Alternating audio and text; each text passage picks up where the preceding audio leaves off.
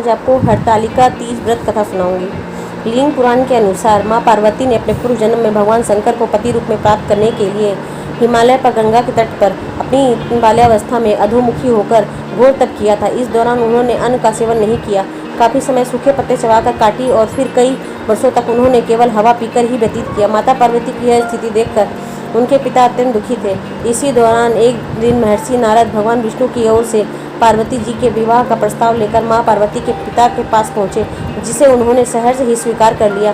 पिता ने जब मां पार्वती को उनके विवाह की बात बतलाई तो वह बहुत दुखी हो गई और जोर जोर से विलाप करने लगी। फिर एक सखी ने के पूछने पर माता ने उसे बताया कि वह यह कठोर व्रत भगवान शिव को पति रूप में प्राप्त करने के लिए कर रही है, जबकि उसके पिता उनका विवाह विष्णु से कराना चाहते थे। तब सहेली की सलाह पर माता पार्वती घने वन में चली गई और वहां एक गुफा में जाकर भगवान शिव की आराधना में लीन हो गई।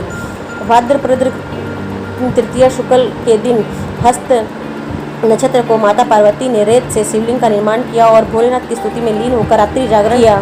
तब माता के इस कठोर तपस्या से प्रसन्न होकर भगवान शिव ने उन्हें दर्शन दिए और इच्छा अनुसार उनको अपनी पत्नी के रूप में स्वीकार कर लिया। मान्यता है कि इन दिनों जो महिलाएं विधि विधान पूर्वक और पूर्ण निष्ठा से इस व्रत को करती हैं, वह अपने मन के अनुरूप पति को प्राप्त करती हैं। साथ ही यह पर्व दाम्पत्य जीवन में खुशी बरकरार रखने के उद्देश्य से भी मनाया जाता है।